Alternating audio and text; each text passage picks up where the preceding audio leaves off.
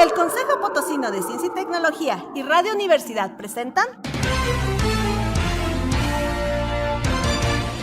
La Neta de la Ciencia.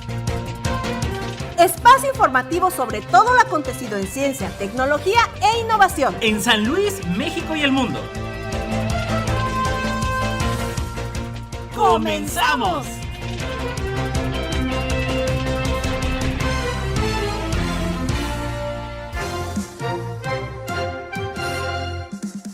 Hola, ¿qué tal? Muy buenos días, con el gusto de saludarle. Bueno, pues mucha gente ya en el periodo vacacional. Y bienvenidos a La Neta de la Ciencia. Clau, muy buenos días. Buenos días, Edgar, buenos días a todo el auditorio, bienvenidos a su programa en este jueves 14 de abril ya de 2022, bienvenidos. Así es, va volando y bueno, pues la trivia del día de hoy, ¿cuánto cuesta un asteroide? Digo, de verdad que está locochona la pregunta, pero vayan averiguando, empieza a googlear, empieza a buscar, pero sobre todo en fuentes fidedignas, en fuentes que tengan ese respaldo científico. Ya lo sabes, siga la transmisión a través del Twitter, Instagram, YouTube, en @Coposit y en el Facebook, en el Consejo Potosino de Ciencia y Tecnología y en la frecuencia 88.5 de FM, 1190 de AM, 91.9 de FM en Matehuala y en Spotify, La Neta de la Ciencia. Un saludo a Lalo Carrillo en los controles. Vámonos con los titulares. Titulares. Las ciencias sociales desde San Luis Potosí y sus nuevos desafíos. Obesidad es epidemia en San Luis Potosí. 1 de cada 1,100 bebés nace con síndrome de Down. Analizan iniciativa para definir límites territoriales de los municipios. En las 5 netas veremos los 5 vehículos más rápidos del mundo. El encéfalo hace que varios músculos se muevan sin preguntarnos si queremos. Obtienen alimento nutritivo para ganado a partir de un gusano que degrada el unicel. Una neurohormona de las hormigas puede ayudar a comprender comportamientos humanos. Jalisco desplaza a la Ciudad de México y es líder en patentes. Crean un tejido que escucha los latidos del corazón y las llamadas del móvil. China descubre un nuevo tipo de dinosaurio que vivió hace 190 millones de años. ¿Qué es el pelo cuántico de los agujeros negros y por qué pueden ser la respuesta a la paradoja de Stephen Hawking? El asteroide que vale más que la economía del mundo. Noticias locales. Y bueno, pues entrando en las locales, y esto desde el presidente del Colegio de San Luis, del doctor David Eduardo Vázquez Salguero. Un saludo a toda la comunidad del Colsan y bueno, una publicación de Comexo. En San Luis Potosí, por una decisión derivada de conflictos políticos, se habían silenciado las ciencias sociales y humanidades en la segunda mitad del siglo XX. Y justo en ese entorno de vacío académico nació el Colegio de San Luis, mejor conocido por todos como el Colsan, que hace 25 años se propuso crear un espacio para el pensamiento y la reflexión. Hoy se puede notar el desarrollo de estas disciplinas científicas gracias a sus aportaciones, pero también debido a que se ha proporcionado a la sociedad en la que se desenvuelve un espacio en el cual se puede visualizar y analizar no solo la realidad social del momento, sino además vislumbrar el conjunto de posibilidades que pueden existir para construir un futuro más justo, libre y próspero en una nación con múltiples desafíos. Fuera como ideal o como objetivo, el compromiso de aportar a la comunidad ha estado claro desde su surgimiento: contribuir con conocimiento, pensamiento crítico y reflexivo a analizar la realidad social y transformarla. Después de 25 años, el Colsan sigue siendo leal a esos objetivos que le dieron origen, pero al mismo tiempo, como una institución joven y fortalecida, sigue en proceso de cambio y adaptación a las nuevas realidades y en ese rumbo responde y se adapta al actual contexto. Derechos humanos, migración, historia, cultura, uso social del agua, política pública, democracia, género, literatura, estudios antropológicos, en fin, son solo algunas de las temáticas que con claridad se definieron en su génesis y que a más de 2 décadas de distancia, esa precisión en sus líneas de investigación ha permitido adaptarse a los nuevos contextos de la realidad y los desafíos que día a día impone el milenio. En general, ese conjunto de temas visibles en el origen del Colsan ha estado presente hasta este momento, y lo que se puede verificar es que como es como sus investigadores han ido madurando y adaptando a nuevas metodologías, propuesto nuevas miradas y sido capaces de responder a un nuevo entorno en el que durante 25 años se han modificado esas formas de abordar los fenómenos de la realidad. Así, desde una nueva perspectiva de científicos sociales se analizan y proponen formas de resolver esos dilemas del conocimiento. De esta manera, los nuevos desafíos que plantea la sociedad contemporánea se traducen en los actuales proyectos en curso que abarcan derechos humanos, violencia y paz, comunidades indígenas, valoración del patrimonio, humanidades digitales, recuperación y reinterpretación de la memoria histórica y cultural, análisis de asuntos y cultura política, gobernanza, gobernabilidad y políticas públicas, es decir, en conjunto temáticas vinculadas pues precisamente con los principales problemas del Estado, la región, el país y el mundo, que son abordados con mirada interdisciplinaria y de alcances regionales, nacionales e internacionales, pues muchos años más para el Colegio de San Luis. Así es, Edgar, y en otras netas te platico que la obesidad es epidemia en San Luis Potosí. De acuerdo con la redacción de Plano Informativo, el 74% de la población adulta en nuestro estado tiene exceso de peso. Esto de acuerdo con la información de las autoridades de salud en el estado. Esta cifra coloca a San Luis Potosí en la media nacional, que es precisamente el 74% de prevalencia de obesidad abdominal en adultos de 20 años y más, según cifras del INEGI.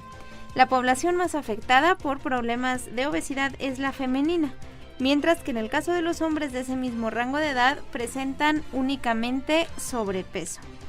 De acuerdo con las autoridades de salud, la obesidad es causante de más de 200,000 muertes al año en nuestro país, asociadas con diabetes y enfermedades cardiovasculares, así como un mal pronóstico en pacientes con COVID-19. Una forma sencilla de medir el exceso de grasa con el índice de masa corporal es tomar el peso en kilogramos y dividirlo por el cuadrado de la altura en metros.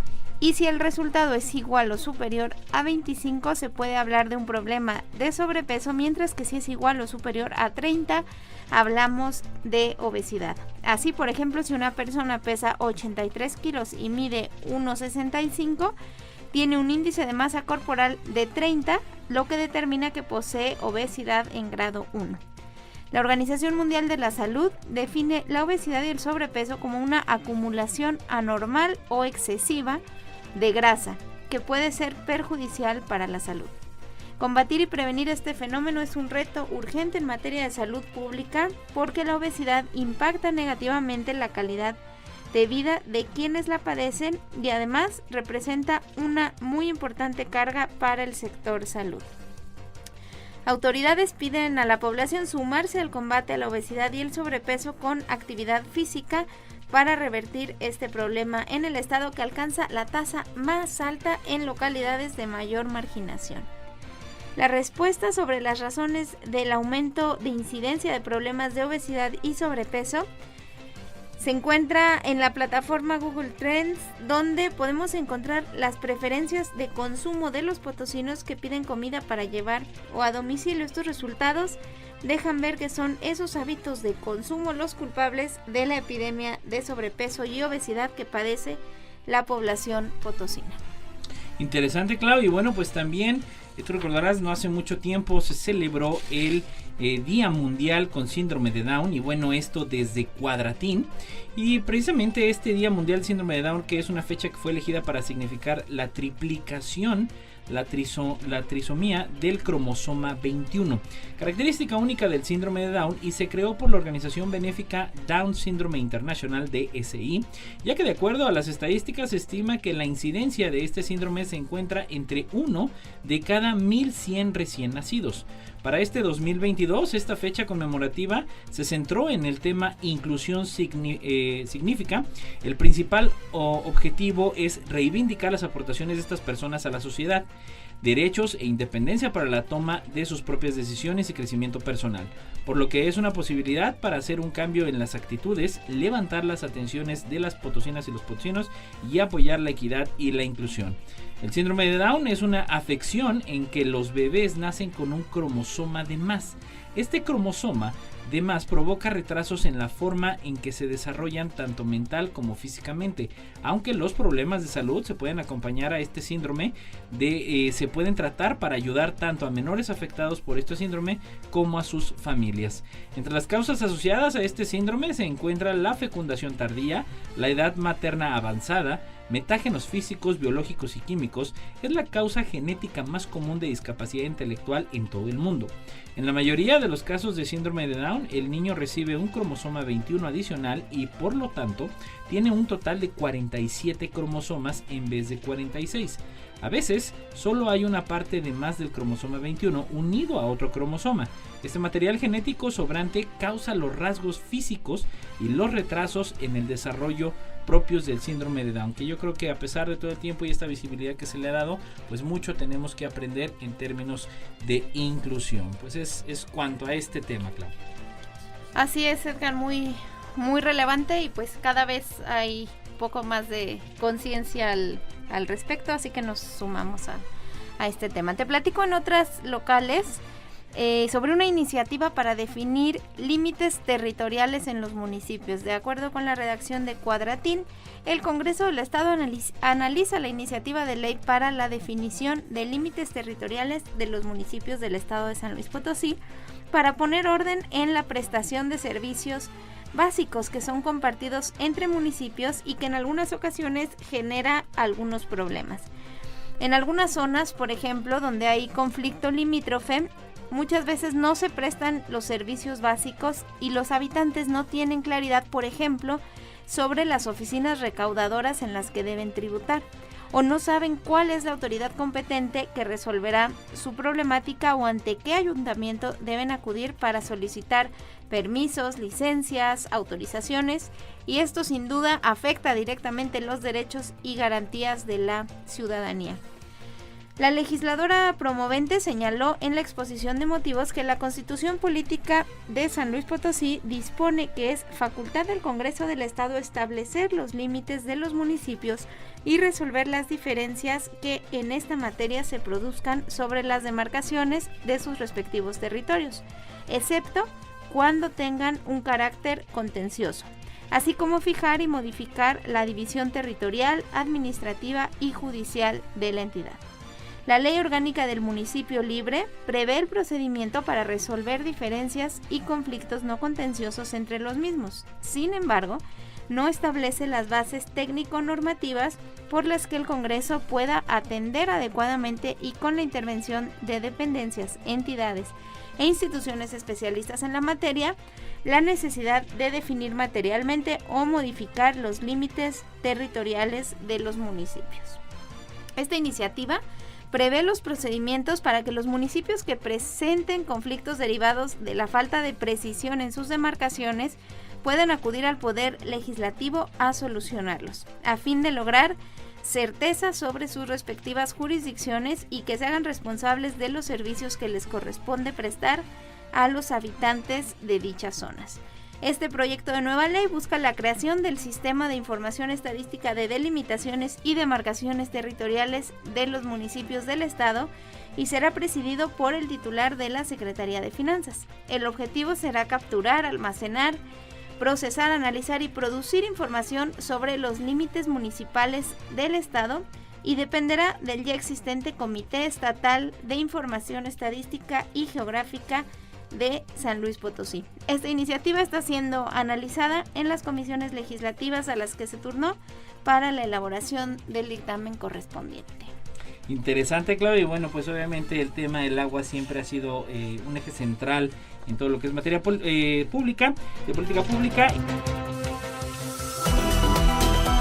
Las 5 netas.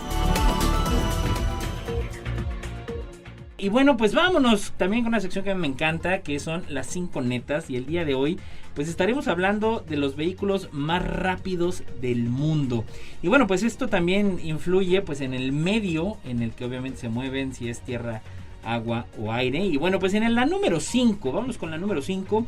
5. El bote más rápido, Spirit of Australia o Espíritu de Australia, con una velocidad tope de 511.11 kilómetros por hora.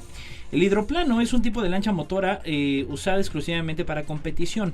Una de las características sobre estos botes es que solo usan el agua para la propulsión y la dirección, no para flotar.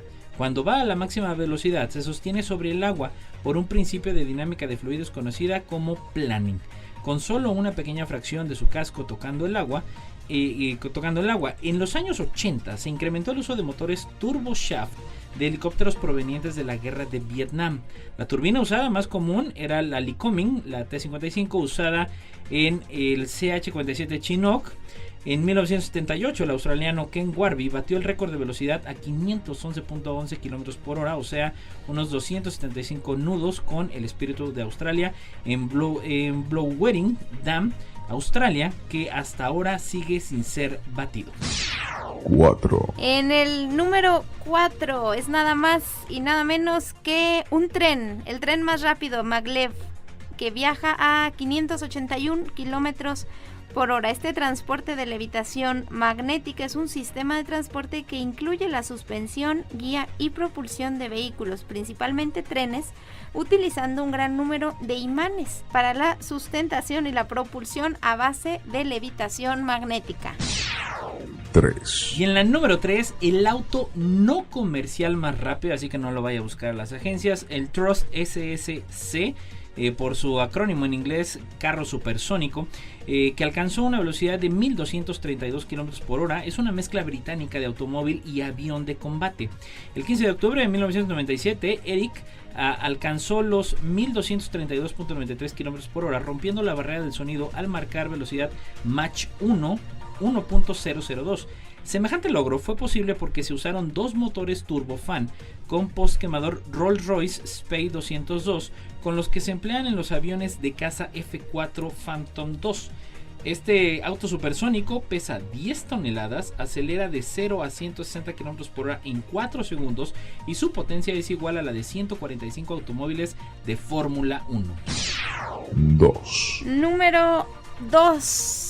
Avión, el avión más rápido, el North American X-15. Este era un avión cohete que formaba parte de la serie X de los aviones experimentales utilizados por la USAF, la NASA y la Armada de los Estados Unidos.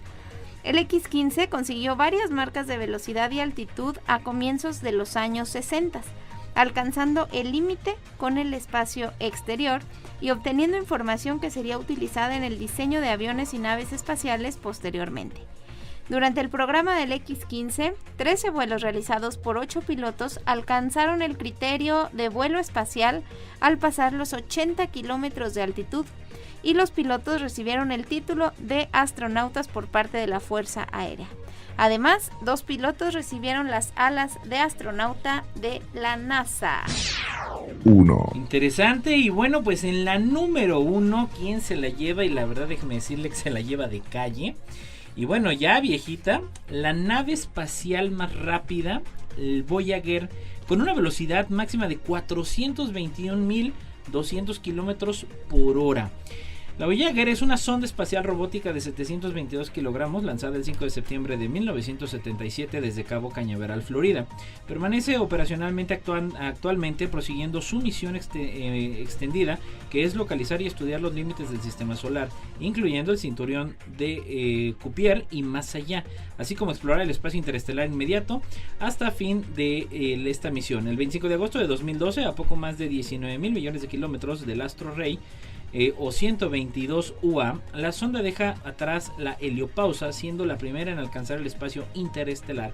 Actualmente el Voyager es el objeto creado por el hombre más rápido y más lejos de su alcance.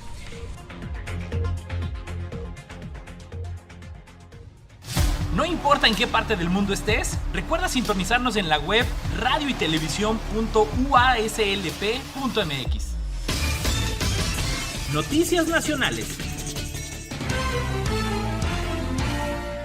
La primera, el encéfalo hace que varios músculos se muevan sin preguntarnos si queremos. Esto de acuerdo con el Centro de Investigaciones Biológicas del Noroeste del Instituto Politécnico Nacional. Las actividades que nos dan y mantienen con vida son controladas precisamente por el encéfalo, pero nunca pensamos en ellas. Es más, en muchos casos hasta desconocemos su existencia. Por ejemplo, los mamíferos como seres vivos no saben que existe una glándula suprarrenal, que si un león nos persiguiera se secreta catecolaminas que responden al estrés. Su secreción nos permitiría escapar de ser la cena de león. Estos aspectos, que son esenciales para nuestra vida, las realiza el sistema nervioso y nunca nos enteramos de esto. El sistema nervioso autónomo, neurovegetativo y visceral es el control que tiene el cerebro de todo lo que necesita nuestro organismo para vivir y de lo que conscientemente no tenemos ni idea de que está sucediendo, pero es indispensable para nuestra vida. El término sistema nervioso neurovegetativo se deriva de que es el sistema que controla todo el organismo cuando no estamos conscientes de nada. Por ejemplo, cuando una persona está en estado de coma o el llamado estado vegetativo, el organismo sigue funcionando en sus requerimientos básicos para preservar la vida, incluso en condiciones en las que el encéfalo no puede realizar acciones conscientes o se considera que está desconectado. El nombre de sistema nervioso visceral deriva en que es un sistema nervioso que está conectado con diferentes órganos internos y regula su funcionamiento. En todos estos casos no es posible hacer cambios en sus actividades de manera consciente, aunque son controladas por el cerebro. Por ejemplo, aunque el encéfalo controla los músculos del aparato digestivo, de ninguna manera podemos lograr por propia voluntad que un alimento se digiera más rápido o más lento. Otras funciones que controla son la frecuencia cardíaca, los movimientos peristálticos, la frecuencia respiratoria, la salivación, sudoración, dilatación de pupilas, la capacidad de orinar, etc. El sistema nervioso autónomo se refiere a que es fundamental en el mantenimiento de la autorregulación fisiológica u homeostasis. El sistema nervioso autónomo se compone por nervios y ganglios. Las vías vegetativas se componen por dos neuronas, una que parte del sistema nervioso central hacia un ganglio y otra de un ganglio a las vísceras.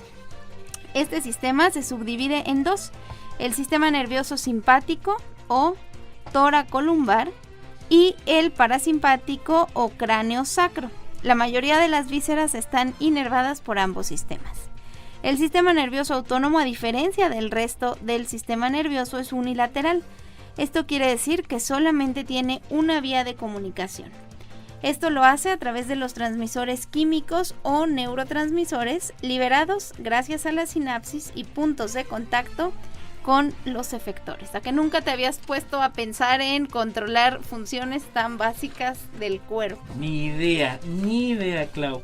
Y bueno, pues antes de irnos al corte, también te platico, Clau, que desde la DICIT de la UNAM obtienen alimento nutritivo para ganado a partir de un gusano que degrada el unicel. Y bueno, en México se consumen aproximadamente 125,000 toneladas de unicel al año, y la degradación de este producto tarda aproximadamente 800 años. Así que vivos, maestros, con lo de la encargada de tareas con su unicel y esferitas, porque bueno, ahí tenemos una cuestión también de medio ambiente. Sin embargo, mediante el proyecto Gusani se puede reducir a 2 días, tiempo que le toma al gusano de la harina, el tenebrio molitor, asimilarlo y convertirlo en materia orgánica, tanto en heces como en su propio cuerpo. Lo anterior de acuerdo con Diego Tonatiuh Hernández Martínez, alumno de octavo semestre de la licenciatura en Ciencias de la Tierra de la Facultad de Ciencias de la UNAM, quien es el responsable del proceso de crianza y manufactura del producto. El universitario indicó que la materia orgánica se utiliza para elaborar una harina rica en proteína, económica y sustentable, que se emplea como alimento para ganado. Se trata de un desarrollo de un grupo de 4 estudiantes de 3 instituciones de educación. Por este trabajo, Hernández Martínez, junto con Salvador García Puebla y Laura Daniela Rivera Granados, del Instituto Tecnológico de Estudios Superiores de Monterrey, así como Mitzi Dayana Cerezo Pérez de la Universidad Politécnica del Valle de México, obtuvieron diversos reconocimientos, entre ellos el tercer sitio en el Premio Santander X, categoría Lanza, que consistió en asesoría y estímulo económico para continuar su labor. Además, constituyeron la empresa biotecnológica Gusani, con la cual buscan impulsar el plan. Hernández Martínez explicó que el insecto que se encuentra entre rocas y troncos o en almacenes de grano, es puesto en cajas de unicel que son utilizadas para transportar alimentos perecederos como cárnicos o pescados, los cuales son recolectados por algunos integrantes del equipo. Cuando el unicel entra al sistema digestivo del tenebrio molitor, rompe las cadenas de carbono y las reacomoda para convertirlas en materia orgánica. El proyecto que se lleva a cabo podría ayudar a disminuir el impacto del carbono del unicel porque se evita producir más, es decir, reinsertamos el carbono de ese material a la red trófica. Adicionalmente, comenta, reduciríamos la cantidad de agua utilizada en la agricultura, por lo que buscamos es sustituirla con soya, segunda causa de la deforestación en el mundo, como alimento principal del ganado, que es lo que queremos lograr como empresa. Hernández Martínez manifestó que aun cuando por el momento solo se enfocan a la producción de alimentos destinado al ganado, la harina también puede ser utilizada para elaborar comida para humanos, como galletas u otros productos. Finalmente apuntó que es una gran fuente de proteína similar a la contenida en el grillo, incluso puede manejarse como suplemento alimenticio para personas que acuden a ejercitarse al gimnasio o simplemente como un nuevo ingrediente en la cocina. Y bueno, pues estamos llegando a la mitad de la neta de la ciencia. No se vaya, ya lo sabe, en el 88.5 de FM, 1190 de AM, 91.9 en Matehuala. Y la trivia del día de hoy, ¿cuánto cuesta un asteroide? No se vaya, volvemos.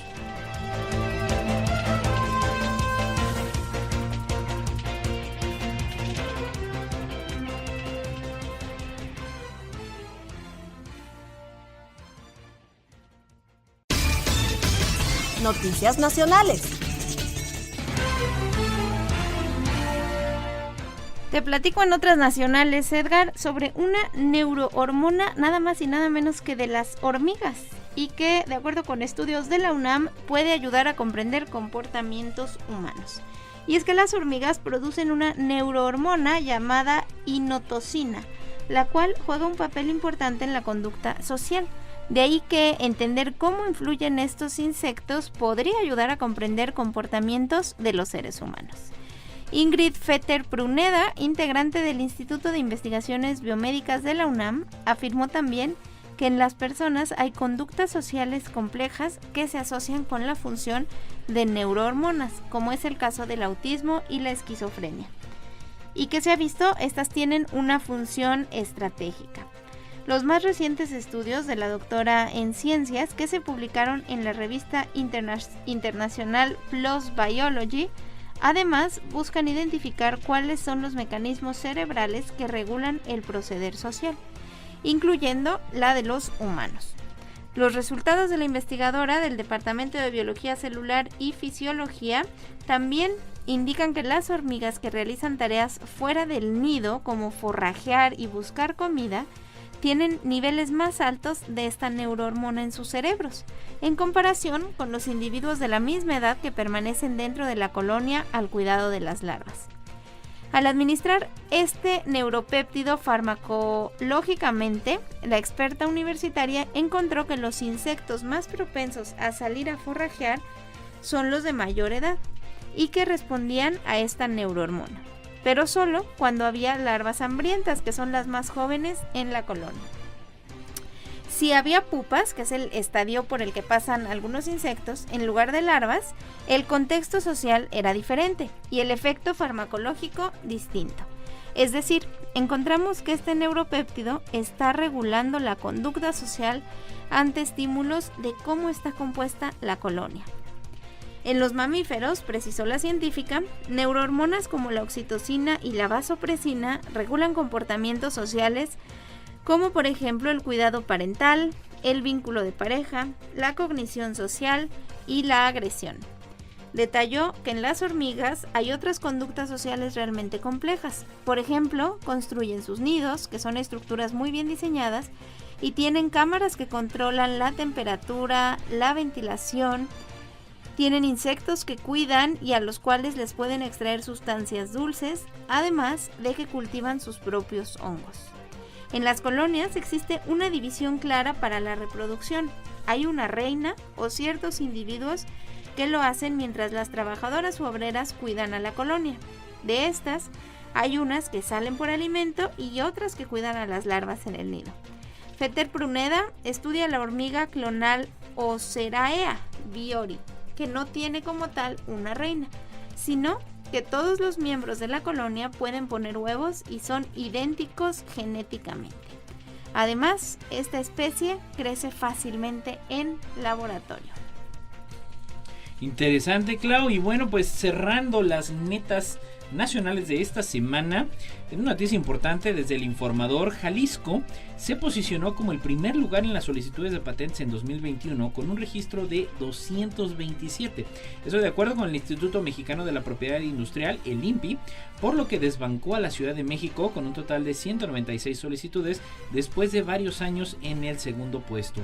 Una patente tiene el derecho exclusivo sobre una invención y faculta a su titular a decidir si ésta puede ser utilizada por terceros.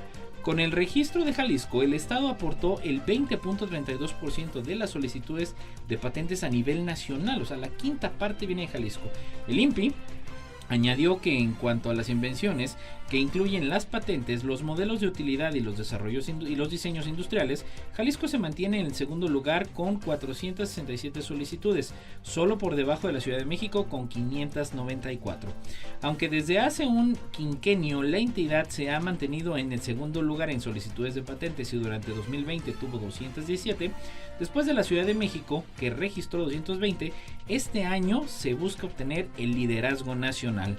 Una de las mejores políticas públicas que puede haber para apoyar el desarrollo de la ciencia y la tecnología es apoyar la protección de la propiedad intelectual, y aspiramos a ser el líder a nivel nacional y seguir apoyando esto, porque sin duda es el primer paso para después generar un ecosistema con más valor agregado. Esto lo dijo el titular de la Secretaría de Innovación, Ciencia y Tecnología, el doctor Alfonso Pompa Padilla.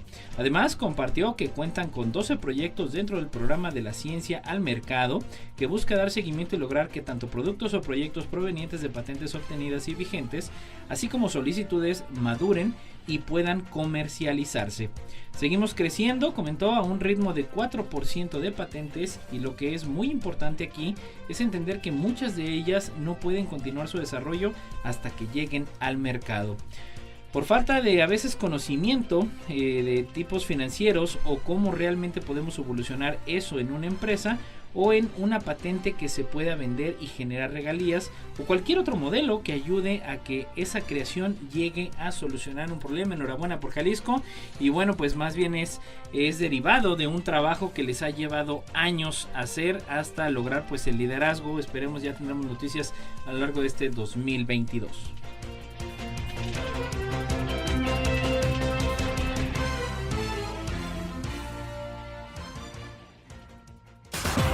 Noticias internacionales. Vámonos con las internacionales. Crean un tejido que escucha los latidos del corazón y las llamadas del móvil. De acuerdo con ABC, hasta hace unas décadas, los teléfonos móviles eran solo una promesa casi de ciencia ficción, hasta que finalmente llegaron a nuestras manos y se hicieron poco a poco indispensables. Solo hace unos años nos hubiera parecido impensable poder comunicarnos a través de unos diminutos auriculares en nuestras orejas. Y ahora, ingenieros del MIT y colaboradores de la Escuela de Diseño de Rhode Island afirman haber dado el siguiente paso en el futuro de la comunicación.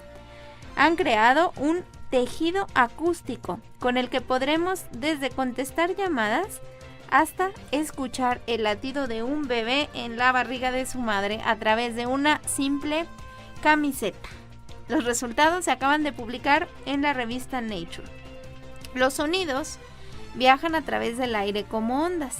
Cuando llegan a nuestro oído, el tímpano, una especie de tela tridimensional, utiliza una capa circular de fibras para traducir las ondas en vibraciones mecánicas. Estas vibraciones viajan a través de unos pequeños huesos hacia el oído interno, donde la cóclea convierte las ondas en señales eléctricas que el cerebro detecta y procesa. Inspirándose en este mismo sistema, el equipo buscó crear una especie de oído de tela que fuera suave, duradero, cómodo y capaz de detectar el sonido. Tras un exhaustivo análisis se dieron cuenta de que su material tendría que reunir dos requisitos: incorporar las fibras rígidas para convertir efectivamente las ondas sonoras en vibraciones, y habría que diseñar una fibra que pudiera doblarse con la tela y producir una salida eléctrica en el proceso. Así es como desarrollaron un bloque de materiales del grosor de un lápiz, compuesto por una capa piezoeléctrica que crea un voltaje cuando se deforma, y otros materiales que mejoraron las vibraciones del material en respuesta a las ondas sonoras. El material se puede calentar y dar forma, a semejanza de, por ejemplo, los caramelos, para crear fibras muy delgadas que pueden ser incorporadas a la tela. Ahí tenían ya el tímpano del tejido. El siguiente paso era crear la tela, que haría la función de oreja para que lo sustentara. Ahí entró en juego el equipo, y ellos lo que hicieron fue entretejer la fibra con hilos convencionales, creando una tela manejable y que además se podía lavar en lavadora. Es muy parecido al tejido de una chaqueta liviana, algo menos pesada que una prenda vaquera, pero más robusta que una camisa. Esto lo explicó Elizabeth McLehon, estudiante de posgrado, quien tejió la tela con un telar convencional. Este material fue capaz de capturar sonidos que iban en un rango de pocos decibeles, como el que se produce en una biblioteca tranquila, hasta el ruido del tráfico en una calle concurrida. Además, también es capaz de determinar la dirección precisa de los sonidos, tales como aplausos o pitidos. El equipo hizo una prueba. Aplaudió a 3 metros de distancia de la tela y esta pudo detectar con una precisión de 1 grado de dónde provenía el sonido. Esto nos demuestra que el rendimiento de la fibra en la membrana es comparable al de un micrófono de mano. Esto lo afirma Grace Noel, otra de las autoras del estudio. Interesante, claro. Bueno, pues así los avances tecnológicos. Y bueno, pues también estos avances tecnológicos ayudan a descifrar el pasado. Y te platico desde el portal de El Mundo. La agencia oficial Xinhua recoge una investigación llevada a cabo por especialistas de la Escuela de Ciencias Biológicas de la Universidad de Yunnan, que han descubierto este taxón de dinosaurio perteneciente al suborden de los tireóforos. Un grupo de científicos chinos ha descubierto en la región meridional de Yunnan un nuevo taxón de dinosaurio acorazado que vivió hace unos 190 millones de años, según recoge hoy la agencia oficial Xinhua. La investigación, llevada a cabo por especialistas de la Escuela de Ciencias Biológicas de la Universidad de Yunnan y publicada la semana pasada en la revista eLife, se basó en partes de los fósiles de las calaveras, las extremidades, la armadura y el esqueleto axial de estos dinosaurios hallados en la provincia. Los científicos identificaron el taxón llamado, y perdóneme usted el nombre, Yuxisaurus kopchikik, y perteneciente al suborden de los tireóforos, gracias a unas características distintivas halladas en la parte craneal y postcraneal del animal. Los fósiles se encontraron en el término municipal de la ciudad de Yuxi, situada en el centro de la provincia, y que se da al nuevo nombre al nuevo dinosaurio. Los tireóforos habitaron la Tierra durante el Jurásico Superior, hace aproximadamente 150 millones de años. Pero los fósiles de este Yuxisaurus datan de hace 190 millones de años, es decir, el Jurásico Inferior, lo que convierte al nuevo taxón en el tireóforo más antiguo encontrado en Asia hasta la fecha.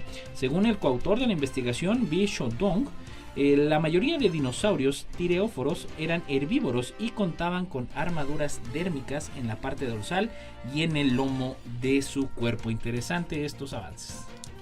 Wow, esa sí no me la sabía.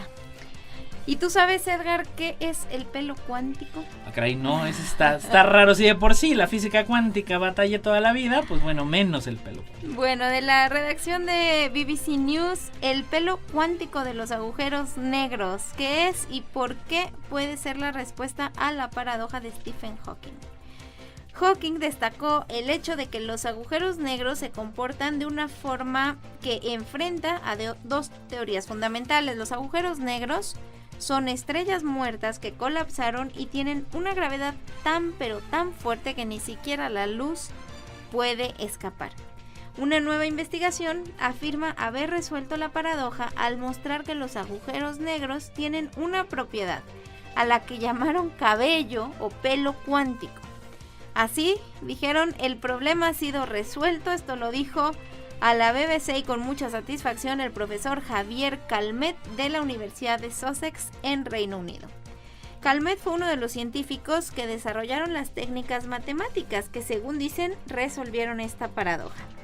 En el corazón de la paradoja hay un problema que ha amenazado con socavar dos de las teorías más importantes de la física.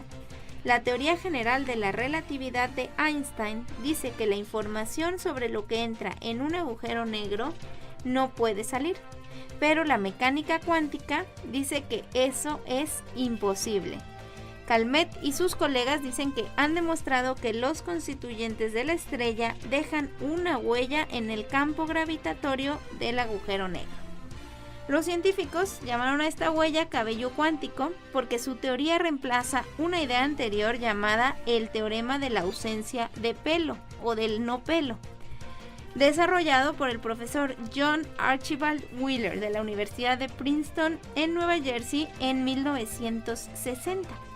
A Wheeler se le ocurrió el nombre porque transmite la descripción matemática de un agujero negro, una entidad que tiene masa, carga y gira, pero por lo demás no tiene otras características físicas, es decir, que es calva.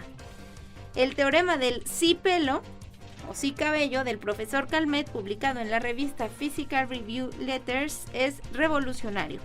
Afirma resolver la paradoja de Hawking que ha preocupado profundamente a los físicos desde que la inventó en la década de los 70.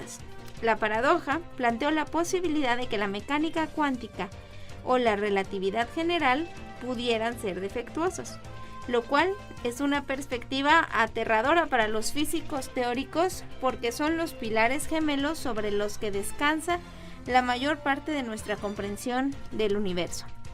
Esta nueva teoría dice resolver la paradoja al cerrar la brecha entre la relatividad general y la mecánica cuántica. La noción de cabello cuántico permite que la información sobre lo que entra en un agujero negro vuelva a salir sin violar ninguno de los principios importantes de ninguna de las teorías.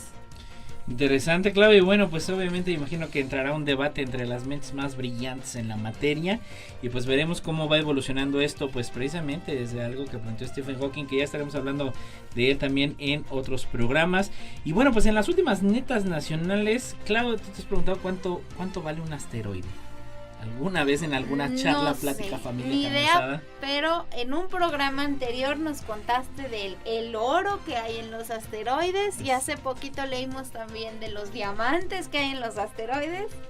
Entonces así que pues bueno, de verdad es que precisamente ahorita que agarramos esta línea y que verdaderamente ha traído la atención sobre todo de los medios informativos en materia científica, y bueno, pues todos los joyeros, todos los locatarios de los centros joyeros, mineros y todo aquel dedicado a los metales preciosos, pues desde la BBC Mundo, el asteroide Psyche 16, descubierto en 1852, mide 226 kilómetros de diámetro y se localiza a 370 millones de kilómetros de nuestro hogar.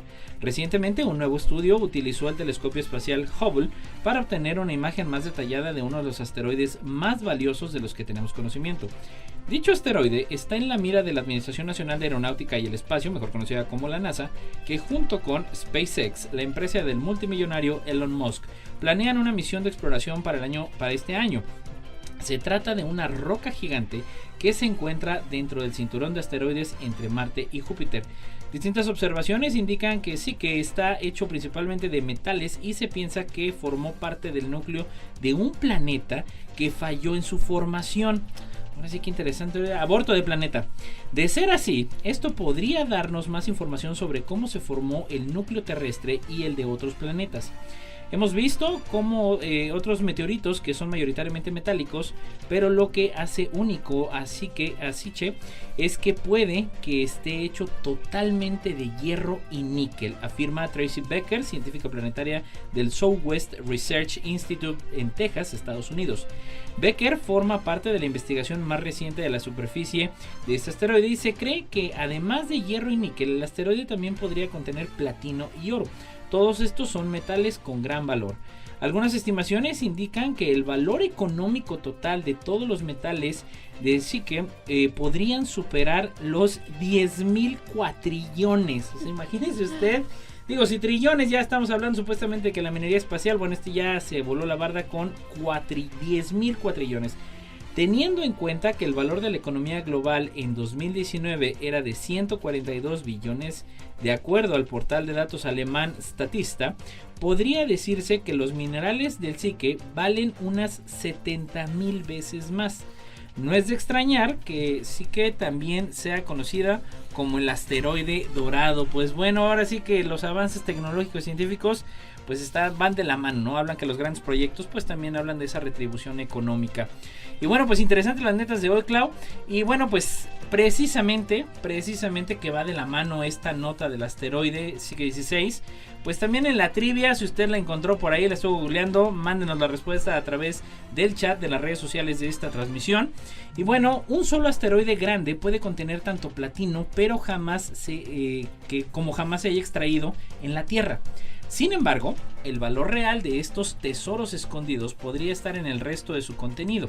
El hidrógeno, el oxígeno o el amoníaco extraído de los asteroides pueden ser muy útiles, por ejemplo, para la industria de las baterías de los coches eléctricos.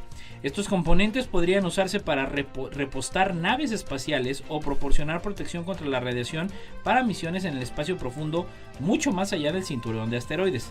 También se especula ya con la posibilidad del agotamiento de determinados minerales clave para el avance de la industria moderna en la Tierra dentro de unos 60 o 70 años, y sin embargo estos parecen ser abundantes en los asteroides, de ahí la importancia de su valor económico. En este sentido, el portal Asterrank, o sea, ahora sí que hay un ranking de asteroides, permite realizar búsquedas por nombre del asteroide y también ordenar el listado completo por criterios como rentabilidad, valor, accesibilidad, próximas aproximaciones y tamaño. Ahora sí que a ver quién lo pesca. Analizando la composición, la masa y las dimensiones de un determinado asteroide, se puede estimar un valor de este. Los datos de composición se basan en la clasificación espectral y el tamaño, mientras que los detalles sobre las órbitas y los parámetros físicos básicos los obtienen del Minor Planet Center y de la NASA. Y además, los cálculos de Asterrank incorporan conclusiones de múltiples publicaciones científicas junto con referencias cruzadas de datos de meteoritos conocidos. Finalmente, al seleccionar cuáles son los más valiosos, podemos ver que más de 500 asteroides tienen un valor y una rentabilidad superior a los 100 trillones de dólares. Para cada uno de los asteroides que aparecen en el listado se muestra además un conjunto de datos ampliado a la izquierda de la página, y en él se pueden ver detalles como afelio, el diámetro, el eje semipresencial, la rotación, la inclinación y la composición. O sea que en resumen, tan cerca de la riqueza y tan lejos del asteroide. Qué interesante, ¿cómo ves, Clau? No, muy interesante. Ahora sí que estamos hablando de cantidades casi inimaginables, ¿no? Estratosféricas. Y bueno, pues como siempre le quiero agradecer el que nos haya acompañado un jueves más aquí en La Neta de la Ciencia. Sigue en vacaciones, pues bueno, disfrutarlas, que también, bueno, ya está, también se pasan rapidito, así que disfrútelas, aprovecha, descansa y reactivarse. Los que andamos precisamente en la chamba, pues echarle todas las ganas para cerrar esta semana. Gracias, Clau, por un jueves más. Gracias, muy buen día a todo el auditorio. Gracias, Lalo Carrillo en los controles como siempre. Nos escuchamos la próxima.